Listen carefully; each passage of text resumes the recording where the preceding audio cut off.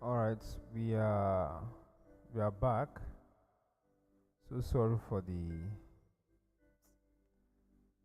it is well with network. I don't understand what has been going on with this network these days.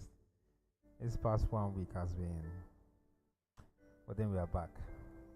So I was speaking, all right, about the link between glory and of course holiness, and I was trying to establish the fact I'm right or purity now that man does not have the capacity in himself to actually work on your righteousness. So what God did is that God actually imputed His righteousness upon him, and it's the end that man can be able to stand worthy and be able to dwell even in Him. And now that's not just the end of it. The goal is that man can begin to experience the things that are in God, as it were. Listen, holiness is not being without sin. Holiness is beyond being without sin. Holiness means being one with God, oneness in God, in the sense that when you are actually one with Him, He can now begin to sanctify you. There's a consistent sanctification that actually comes with being one with God. You get the gist now? So that means that, forgive me, your head. So that means that how you say you are holy, really, really? It's not that you have not committed a sin. How we know you are holy, really, really, is that you are saying what God is saying, is that you are doing what God is doing, and that you are where God is. You get it just now. These are the things that actually make for holiness. That you are doing what God is doing, you are seeing what God is seeing, you are saying what God is saying. That's the real purity. So, and I was trying to establish that in the Old Testament, if you study the book of Hebrews, Hebrews was teaching us that the guys that were in the wilderness, that were always visiting the tabernacle, they did not know the way to the holiest of all. So while the tabernacle still stand, they did not know the way to the true holiest of all. That one was just a shadow. If it was the holiest of all, it will actually cleanse their conscience. So that means that even these guys, they could not really access that place. So they had clean hands enter they do their sacrifice, all right. However, they lacked the pure heart because their conscience was not purged. However, Jesus Christ, who is actually the way now purged our conscience for us. So you now understand Ezekiel, when Ezekiel was teaching that, you will take away your stony heart, he will give it the heart of flesh. It was a purging of the conscience. You get what I'm saying now? And that is the clean heart. So that means that then they did not really know the way to the holiest of all. However, Jesus is the way. Anyone that can believe on Jesus, that's the way. So that means that, listen, the real purity now, either at a clean hands and a pure heart, is not the one that walk it himself, because man can't walk it himself. In iniquity, David thought that his mother now conceived him, as it were. All right, and not just that, all of us actually inherited something, sin, and nature as a sin.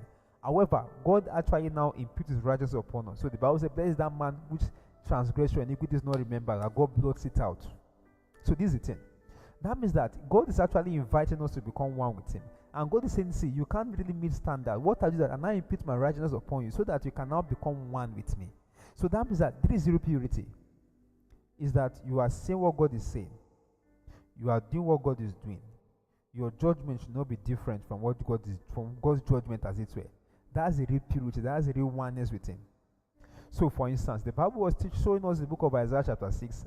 All right, when Isaiah saw the Lord. Before then, Isaiah was declaring woe, woe unto this, woe unto that, woe unto that, woe to the earth, all of those things. However, when he saw the Lord, all of a sudden, his perspective began to change. Isaiah he shifted from just being a prophet to become an holy or a holy prophet. I don't know which one is correct there now. Maybe an holy or a holy, but someone that's holy prophet. He became holy because for the first time, he saw the earth the way God sees the earth, and the angels had to say it so he can understand. This is what the glory realm is. The glory realm is that beyond what you are seeing. This is phone, for instance. Now, how can I do this now? Now, this is a phone. This is a techno product, I believe. Now, glory is that before there is what we can use this thing to do. If you give a small child this into this phone now, he will think of playing game. That's his own realm. Game playing, or probably watch movie. That's his own realm. But you can give a tech bro this very device now. A tech bro will use this device and you to make money, because the guy is thinking of video design, all right, some people that use Canva, all of this in graphic design, this thing. So that is another realm. That's how glory realm is. That there is a perspective you have as what you are seeing. However, when you now enter the realm, the glory realm, he that is able to ascend to the holy hills, that a realm of where God actually dwells and where God views things, but you cannot begin to see from his perspective. All of a sudden, you are viewing things differently. These are the glory realm is. So you now understand. Oh, sorry, give me a moment.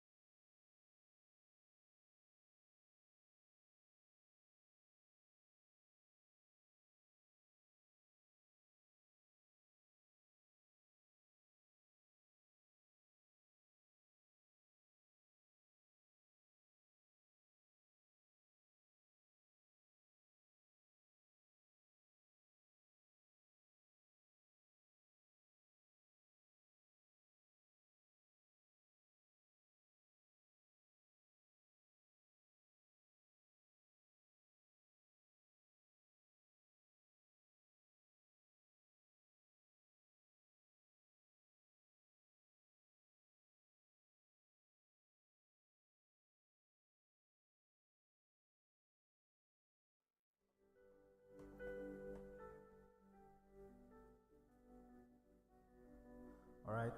Um, Welcome back. I want to believe we can. Can we all hear me? Please, if you can hear me, kindly let me know that you can hear me.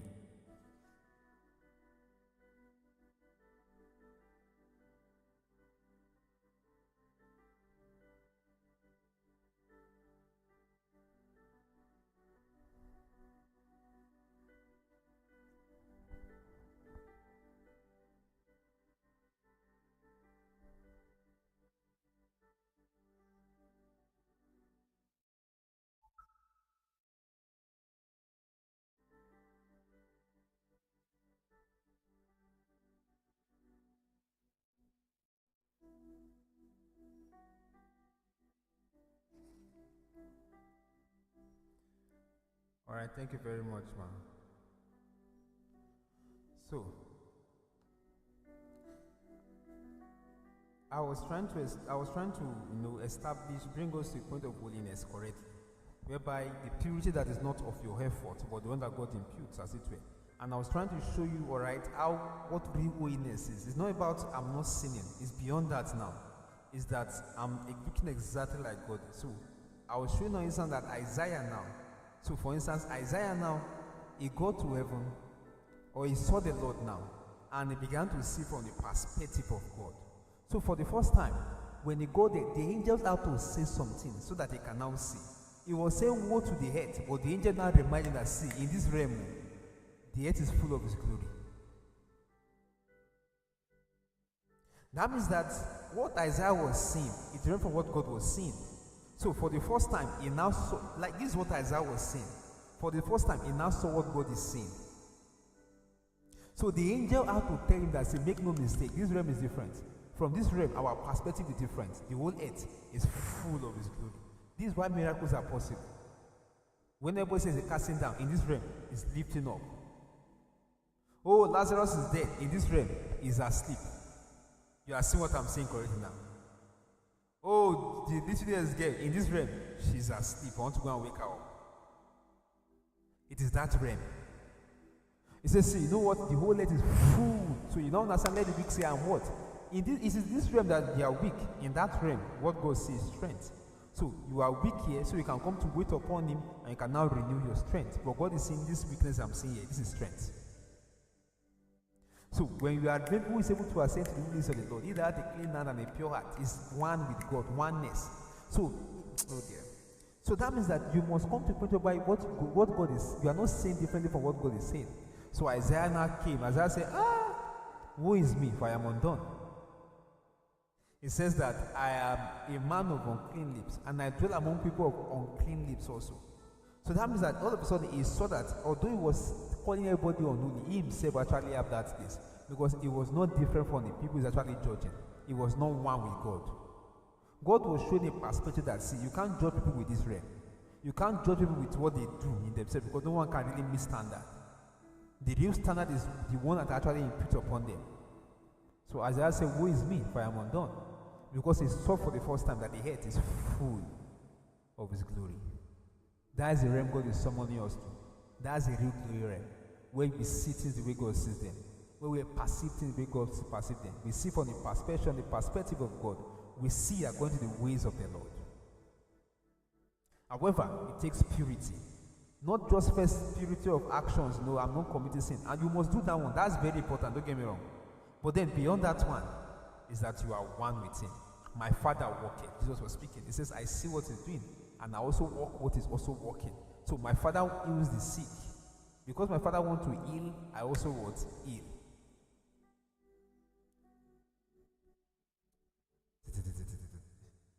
So I also heal. I'm seeing a comment. Is there night section this night?